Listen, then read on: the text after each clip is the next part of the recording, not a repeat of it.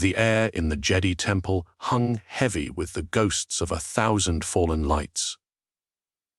Yoda, his ancient heart aching with a grief that transcended millennia, felt the Force scream as Order 66 tore through the galaxy. He had been preparing to confront the true architect of this horror, the insidious Darth Sidious. But then, a different tremor, a seismic shift in the living force, pulled at his very being. It was a cry of agony, a maelstrom of light and shadow, emanating from the volcanic hellscape of Mustafar. Anakin. He arrived moments after Obi-Wan's final, desperate strike. The air crackled with residual dark side energy and the acrid stench of burning flesh. Anakin Skywalker, or what remained of him, lay at the edge of a molten river, his limbs severed, his body a charred ruin. Obi-Wan Kenobi stood over him, a figure of profound despair, his face streaked with tears and ash. He was about to leave, to let the lava claim the monster his brother had become. No, Obi-Wan. Yoda's voice, though soft, resonated with the weight of ages. Obi-Wan spun, his eyes widening in shock. A path, there is still a chance for him. Obi-Wan stared, disbelief warring with his deep-seated pain. Master, he is lost! He murdered younglings, betrayed us all! He is Darth Vader. Lost, perhaps. Irredeemable, not yet. Yoda countered, his gaze fixed on the broken form of Anakin.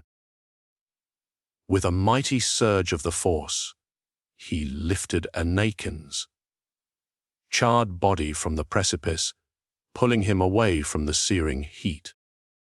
The effort strained even Yoda's formidable power, the dark side clinging to Anakin like a shroud. A wound in the Force, he is. Heal it? We must try. For the balance, for the galaxy. They transported Anakin to a hidden world, a verdant, Force-rich sanctuary known only to a few ancient Jedi Masters. Here, far from the Empire's reach, Yoda began the impossible task. Obi-Wan, though reluctant, remained, his loyalty to Yoda and his lingering love for Anakin outweighing his horror. The healing was agonizing. Yoda spent weeks, then months, in deep meditation, channeling the Force into Anakin's ravaged body. He regrew nerve endings, mended bone, and coaxed charred flesh back to life. But the physical wounds were superficial compared to the spiritual chasm within. Anakin writhed in fevered nightmares, reliving the slaughter of the Jedi, the murder of Padmé. Lie he still believed. Fueled by Palpatine's deception and the agony of his betrayal. He lashed out with raw, untamed Force energy, the dark side still a roaring inferno within him. Release your anger, young one, Yoda would whisper, his presence a calming balm against the storm. Let go of your pain. See the truth. Anakin resisted. He clung to the power the dark side offered, the illusion of control, the promise of revenge against Obi-Wan, and the Jedi who, in his twisted mind, had failed him. Visions of Padmé, alive and accusing, haunted his waking moments. He saw himself, a monstrous shadow, suffocating her. The guilt was a physical weight, crushing him. Obi-Wan, though he kept his distance initially, slowly began to approach. He spoke of their shared past, of the good Anakin had done, of the love they had once shared. He offered not condemnation, but forgiveness. "Anakin," he'd say, his voice thick with emotion, "you were my brother. I failed you. But it's not too late to choose a different path." Slowly, imperceptibly at first, a crack appeared in Anakin's hardened shell. The constant, unwavering light of Yoda's wisdom, combined with Obi-Wan's quiet compassion, began to chip away at the darkness. He began to listen, truly listen, to Yoda's teachings about attachment, fear, and the true nature of the Force. He saw the manipulation, the insidious lies of Palpatine, laid bare by Yoda's profound insight. The realization that he had been a puppet, that he had destroyed everything he loved, nearly broke him. But this time, Yoda and Obi-Wan were there to catch him. He emerged from the healing process scarred, both physically and emotionally. His once vibrant blue eyes were now a haunting amber, a permanent reminder of his fall.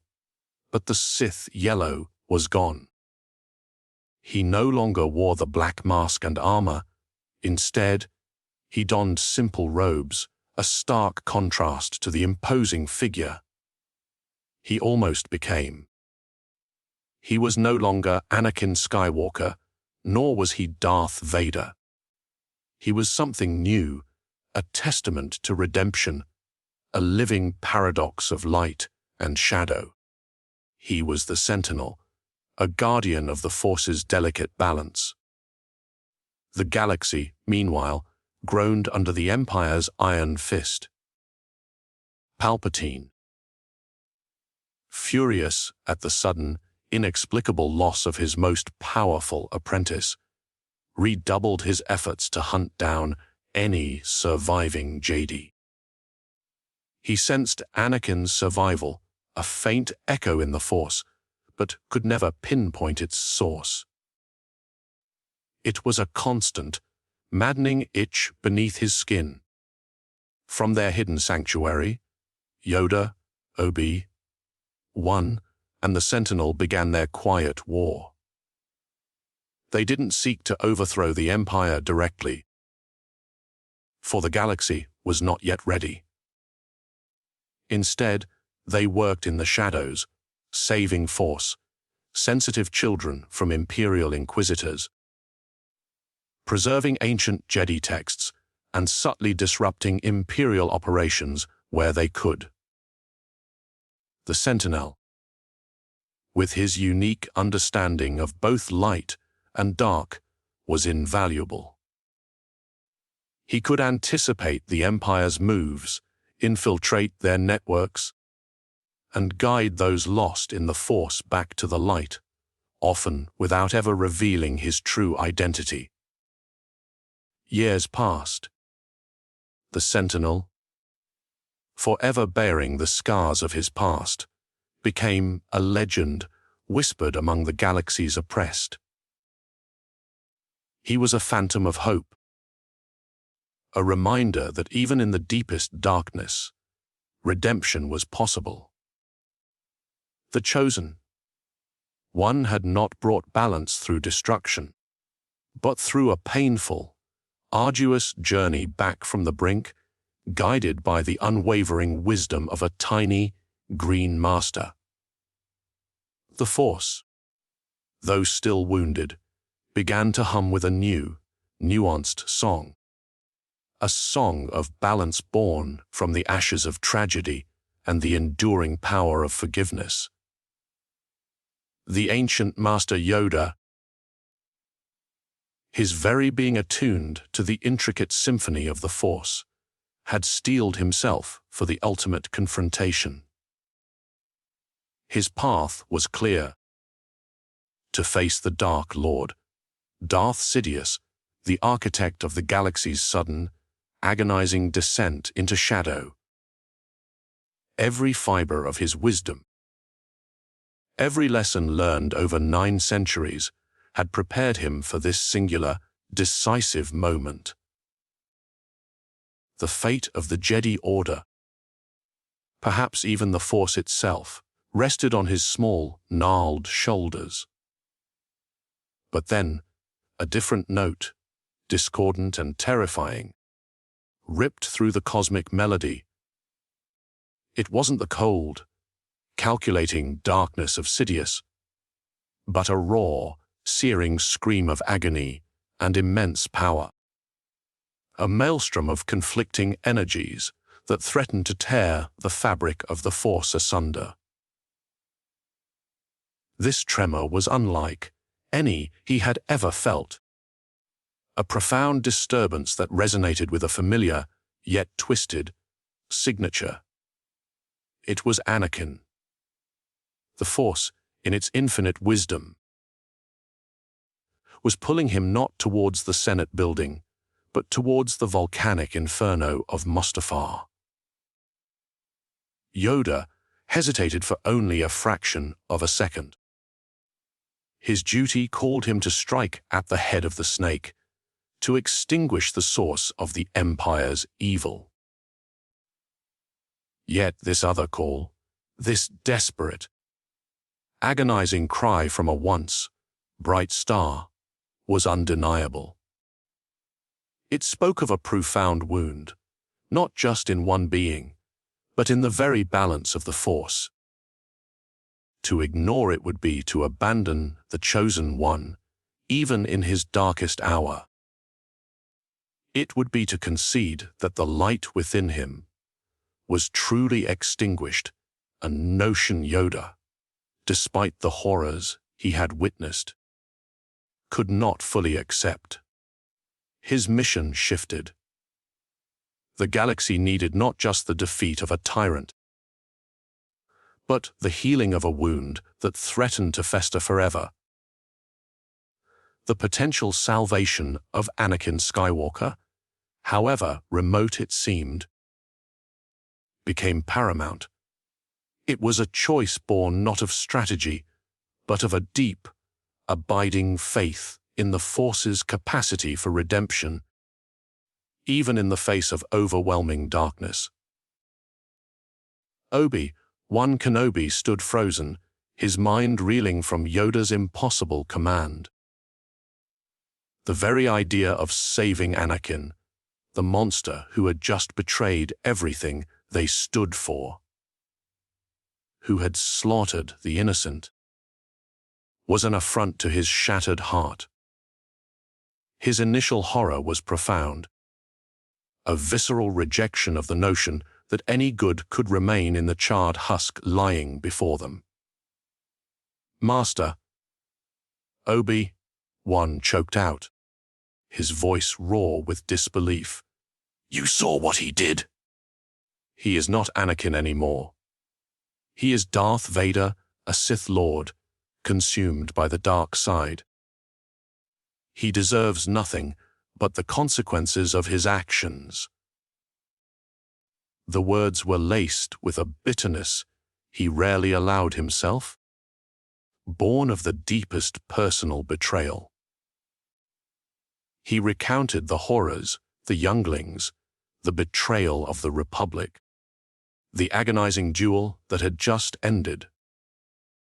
How could Yoda, the embodiment of Jedi wisdom, suggest such a thing? But Yoda, despite the galaxy's suffering and the personal anguish he too carried, remained an immovable pillar of light. His ancient eyes, filled with an understanding that transcended Obi-Wan's immediate pain, held a quiet, unwavering conviction. The Force, a living thing it is, Obi-Wan, a great wound he has become. To heal the wound we must try, for balance, for the future.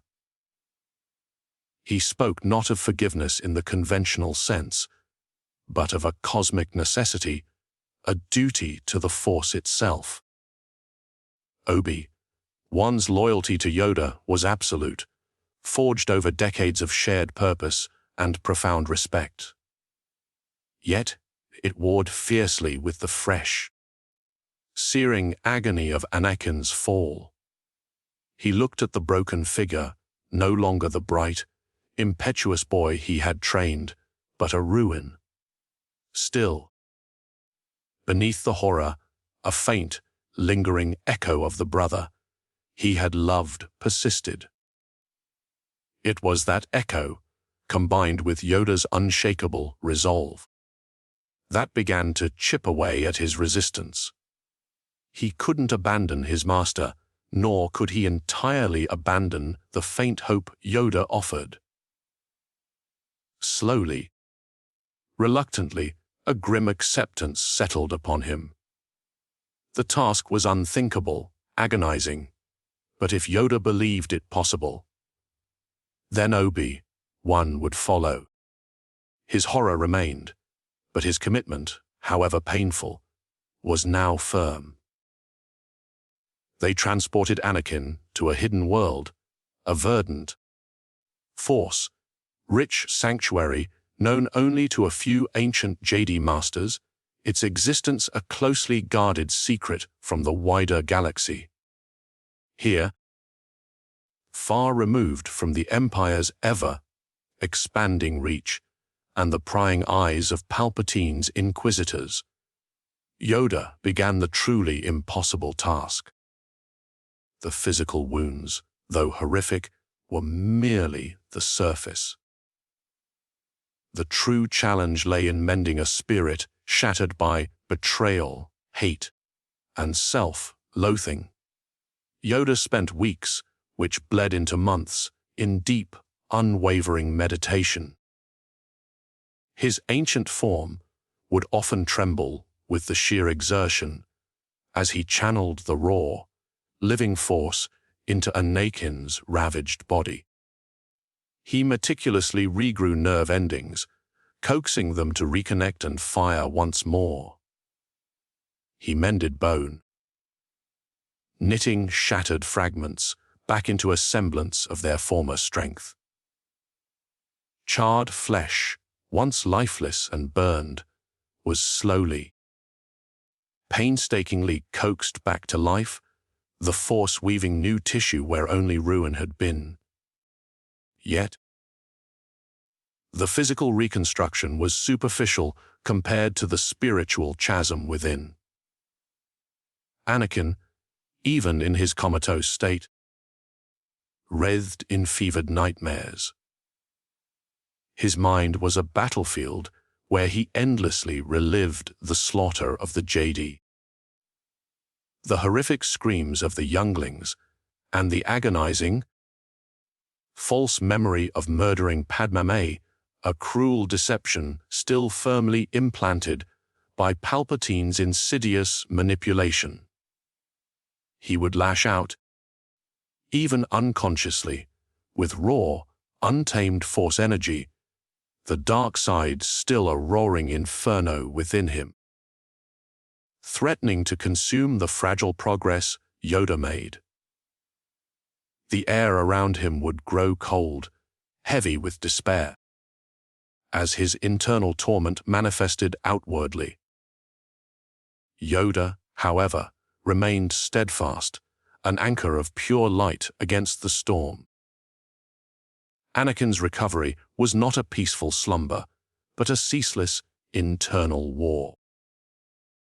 Even as Yoda's immense power painstakingly knitted his physical form back together, his mind remained a tormented battleground.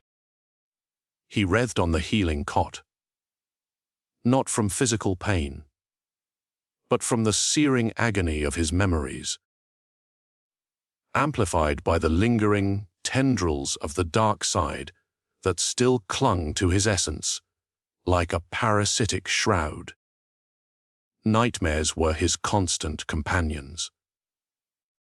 He relived the chilling echo of his lightsaber, igniting in the Jedi temple, the terrified cries of the younglings, their innocent faces contorted in fear before his merciless blade. He saw himself, a monstrous shadow, choking Padme, her beautiful face fading to grey as he succumbed to his rage. These were not mere dreams, they were vivid, agonizing replays, each one tearing at the fragile edges of his sanity.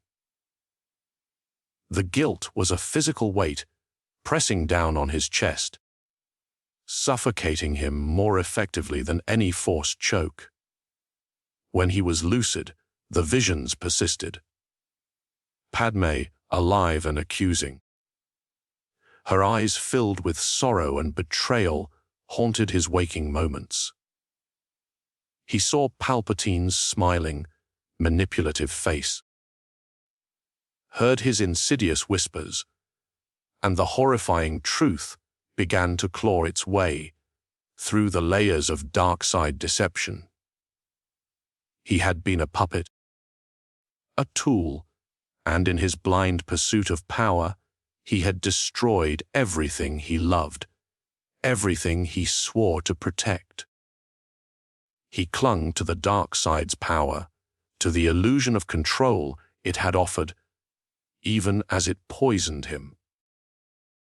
There was a desperate, irrational desire for revenge against Obi-Wan, against the Jedi who, in his twisted, pain-racked mind, had failed him. He lashed out with raw, untamed force energy, the dark side still a roaring inferno within him, resisting every attempt by Yoda to bring him peace.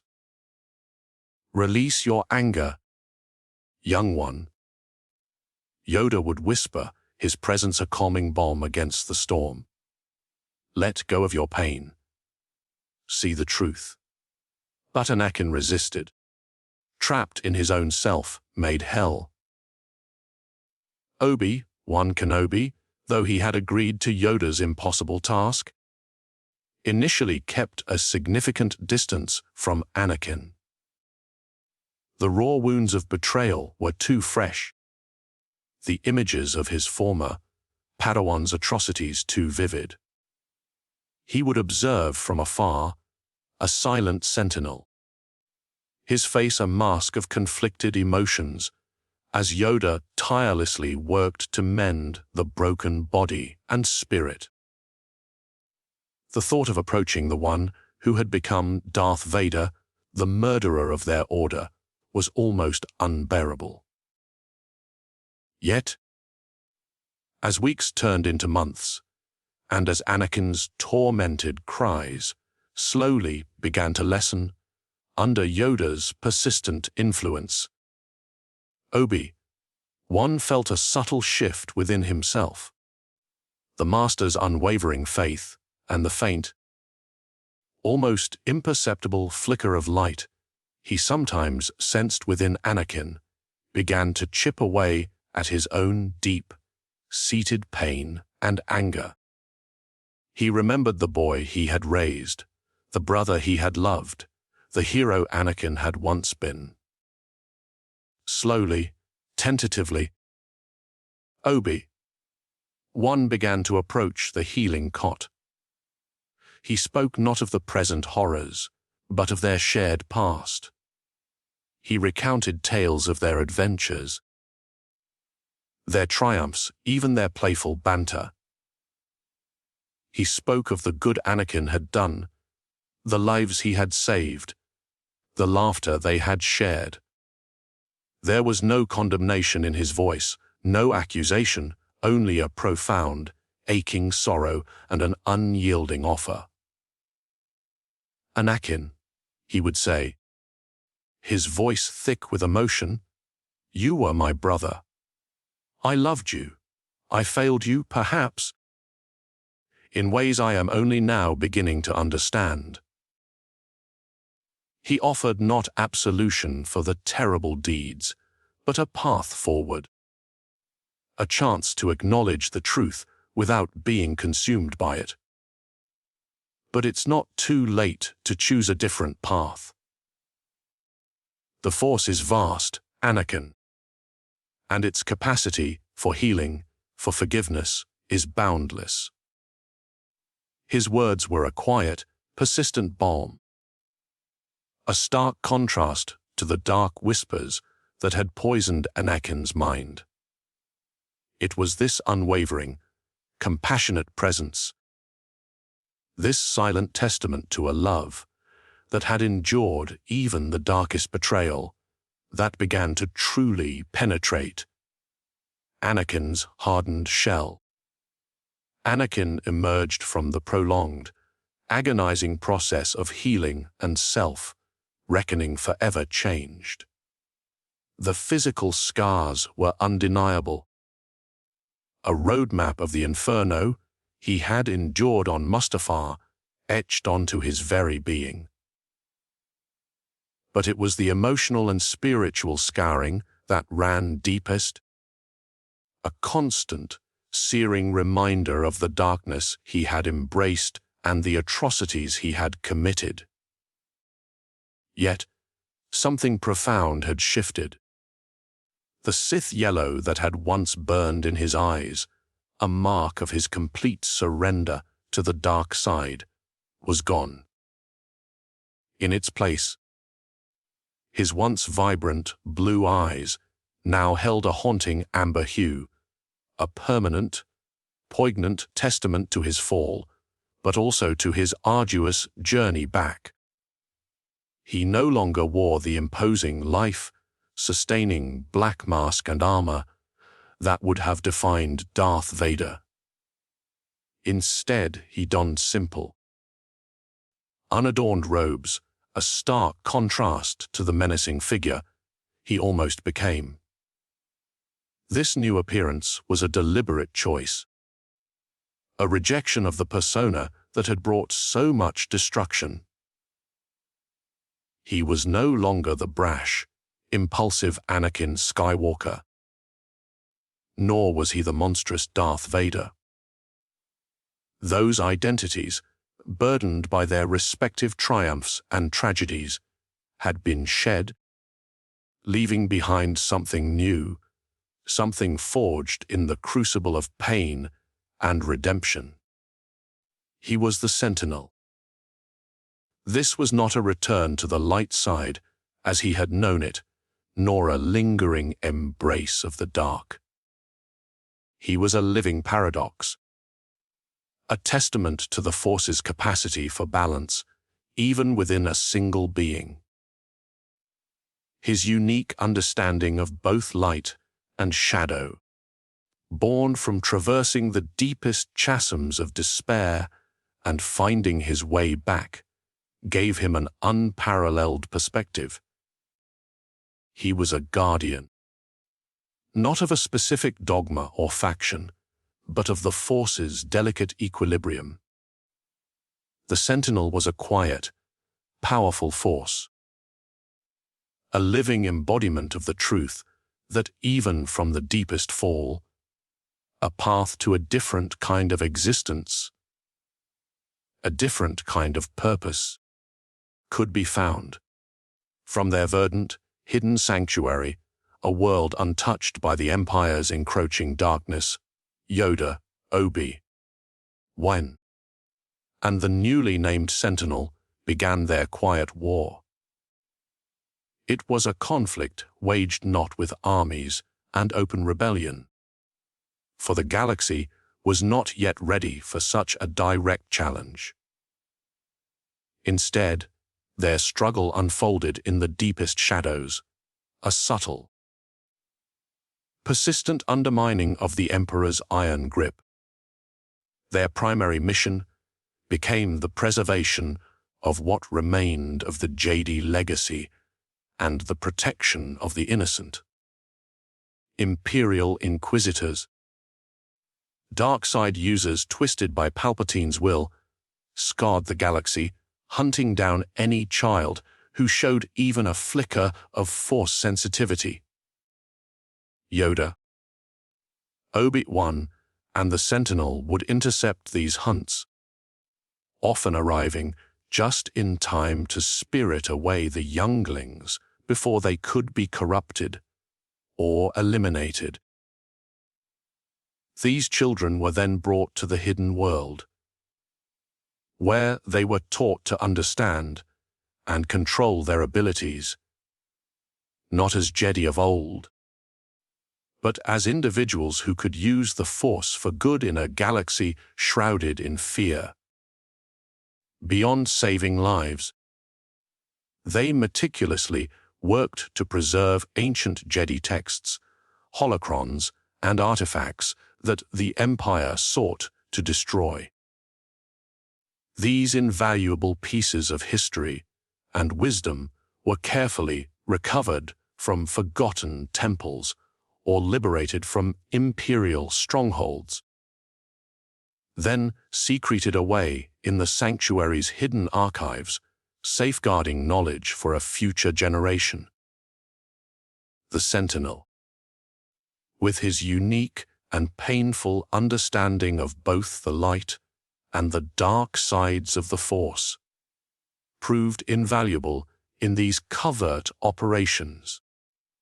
His past as Anakin Skywalker and his near transformation into Darth Vader gave him an unparalleled insight into the Empire's methods, its weaknesses, and the mindset of its dark enforcers.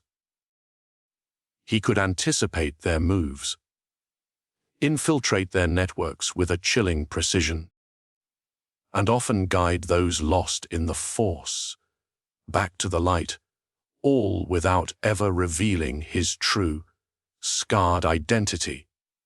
He was a ghost in the machine, a whisper of hope in the suffocating silence of Imperial rule.